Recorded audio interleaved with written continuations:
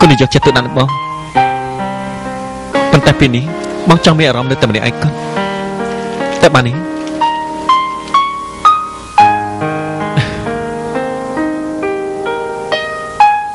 នៅបែបនេះក៏ល្អម្យ៉ាងដែរយ៉ាងហោចណាស់យើងអាចស្វែងយល់ពីអ្វីដែលពីមុនយើងមិនដែលមានហេតុអីក៏បងកែប្រែច្រើនយ៉ាងនេះដើម្បីគេឬមួយក៏តើបងមិនអាចសាកល្បងស្រឡាញ់ខ្ញុំដូចជាស្រឡាញ់គេអញ្ចឹងទេបើបងទុកឱកាសឲ្យខ្ញុំបងនៅដឹងថាខ្ញុំស័ក្តិសមនឹងបងជាង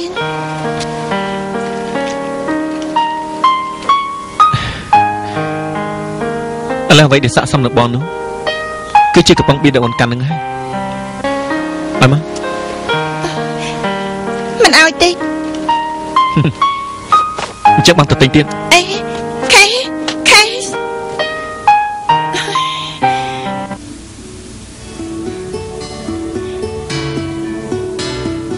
មកគេចិត្តតែមិនយល់ពីអារម្មណ៍ខ្ញុំអញ្ចឹងគេកាន់តែបដិសេធនឹងបងកាត់តែយកចិត្តទុកដាក់នឹងគេ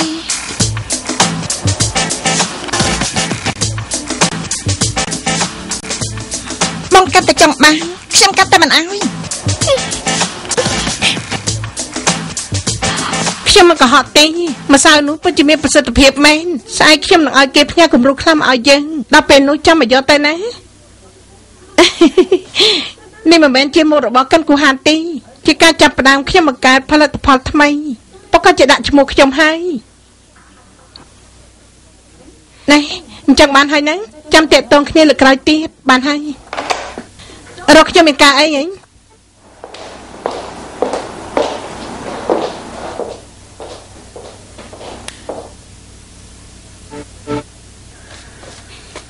អ្នកបងអីឆេងខ្ញុំមានការចង់បងជួយមានរឿងអីនិយាយទៅ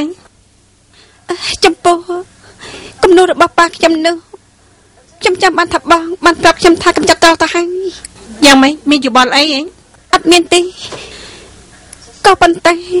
បងជាមនុស្សមានមនោសញ្ចេតនាដ៏ម្លឹងក៏តែរក្សាគំនូររបស់ប៉ាខ្ញុំឲ្យបានល្អមែនទេ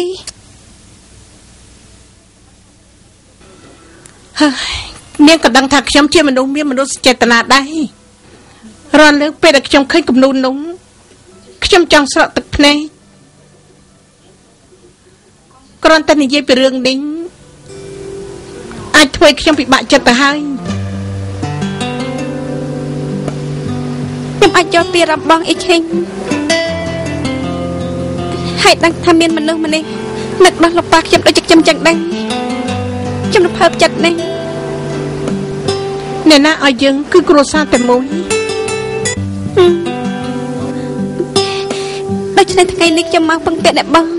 តើអាចឲ្យគំនូរនោះមកខ្ញុំទេខ្ញុំចង់យកមកបញ្ចូលនៅក្នុងការិយាល័យខ្ញុំអញ្ចឹងខ្ញុំអាចមើលឃើញលោកប៉ាខ្ញុំរាល់ថ្ងៃប៉ុន្តែគំនូរនោះខ្ញុំបានឲ្យលោកទួនជាមេការជួយយកមកឲ្យខ្ញុំហើយគាត់យកទៅទុកនៅកន្លែងណាខ្ញុំក៏មិនដឹងដែរអញ្ចឹងទៅសួរលោកអ៊ំទួនដល់តទៅគេឈប់ពីការងារហើយឥឡូវក៏មិនដឹងថានៅណាដែរប៉ុន្តែក្រិចក៏របស់លោកអ៊ំទួនជាជំនួយការបងឯងគឺគេប្រាប់ពួកនាងឯងត្រីឯងគេចង់និយាយថាខ្ញុំស្គាល់ប៉ាគេដែរគេក៏ប្រាប់ខ្ញុំឥឡូវចេះចឹងចាំខ្ញុំទៅសួរលោកអ៊ំទួនពីមជ្ឈបាយតាក់តងទេចាំខ្ញុំទៅសួរខ្លួនឯងខ្ញុំមិនយល់សោះគ្រាន់តែគំនូរមួយផ្ទាំងមិនក៏នាងចេះតែបង្ខំខ្ញុំរហូតអញ្ចឹងសុំទោសបងអីឈីងអញ្ចឹងរឿងនេះខ្ញុំពឹងលើបងហើយណាខ្ញុំទៅក្រុមហ៊ុនសិនណាអរគុណ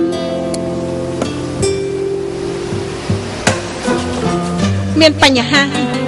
គំនូរនោះប្រកាសជាមានបញ្ហាតាកាចាស់នោះចេះតែលាក់បាំងនឹងខ្ញុំរហូតឲ្យតែមានគំនូរនោះក្នុងដៃយើង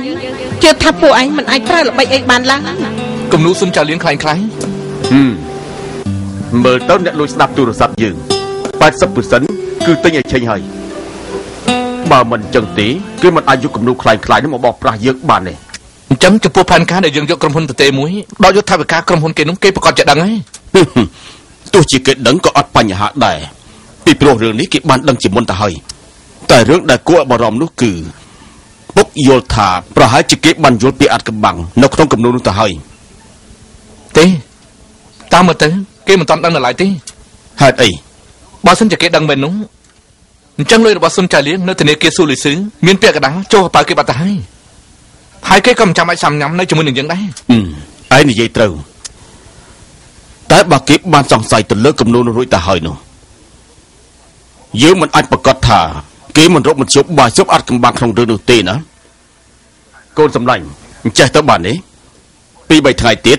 ប៉ានឹងទៅតៃប៉េដោះស្រាយរឿងនេះដោយផ្ទាល់លោកប៉ារឿងនេះតោះខ្ញុំដោះស្រាយចុះប៉ាមិនចាំបាច់មកដល់ផ្ទាល់ទេ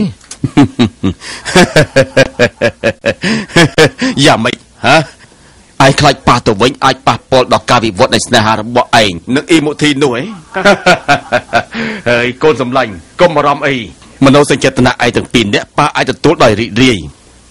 បើសិនជាណែស្ដាប់ប៉ាសិនណាបើសិនជាកូនមានសង្ឃឹមថាចង់ឲ្យប៉ាប្រកាសលិខិតបណ្ដាំនោះភ្លាមក៏អត់បញ្ហាដែរ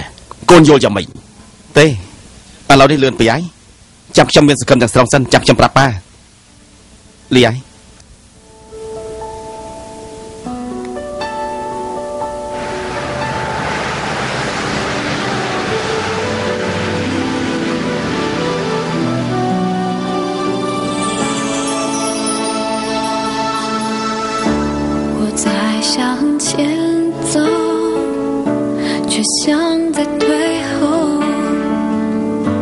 我在用想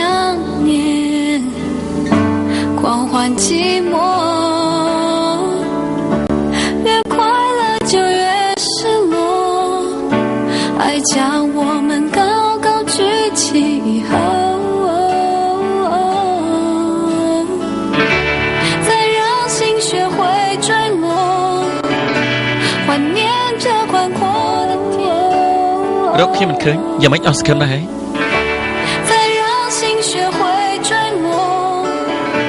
怀念这宽阔的天空，虽然那里空气很稀薄，我努力想起你，笑着哭泣，让自己深爱你，再学会放弃，我不想忘记你。ខ្ញុំមិនអាចកែប្រែអាកាសធាតុបានទេមានតែ5មធ្យោបាយមនុស្សធម្មតាមកបង្កើតពិភពលោកដ៏សោកសៅដូចព្រឹងដែលនាងធ្លាប់បានឃើញនោះក្នុងពិភពលោកនេះមិនចាំបាច់យករបស់វិញមកបិទបាំងទឹកសោករបស់នាងទៀតទេ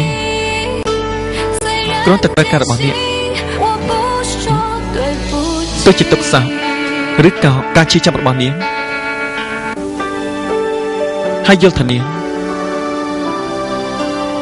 នៅឯកោកណ្ដាលឯតនាងទៅលេងពួកវាឲ្យពួកវាហាទៅនោះគឺបានបាត់ហើយនាងអាចសាកល្បងមើលក៏បានឬក៏ចាក់វាក៏បានដែរ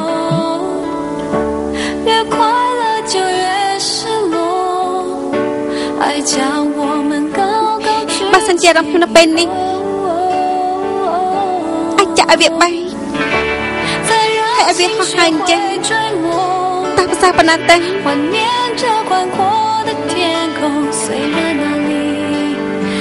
មធី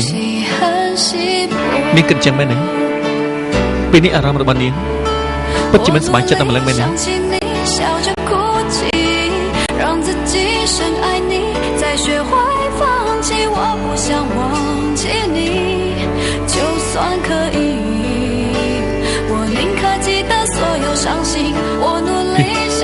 ខ្ញុំមិនគួរប្រកល់របស់ដែលមានគ្រោះថ្នាក់នេះឲ្យទៅនាងទេ